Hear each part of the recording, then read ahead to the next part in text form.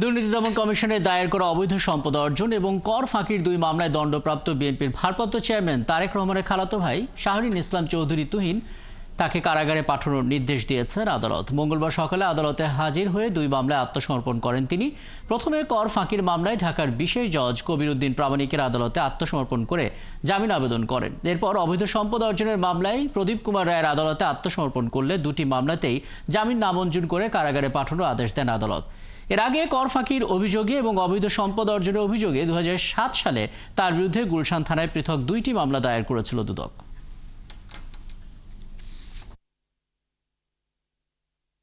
জিয়াউর রহমান সাহেব ও তার পরিবারের প্রতি যে প্রতিহিংসা, তার প্রতিহিংসারই একটা অংশ হিসেবে এই মামলাটি। রাজনৈতিক উদ্দেশ্য আজকে আদালতে আপনারা কি বলেছেন? আমরা আজকে আদালতে জামিনের আবেদন দিয়েছি, আর সেই সাথে ডিভিশনের আবেদন দিয়েছি এবং সুচিকিৎসা আবেদন দিয়েছি, আর হলো গাড়িতে নেওয়ার জন্য আবেদন করেছি। যেহেতু আইনের বিধান হচ্ছে 1 বছরের বেশি হলে বিজ্ঞ আদালতের সাজা, বিজ্ঞ আদালতের জামিন দেওয়ার সুযোগ নেই।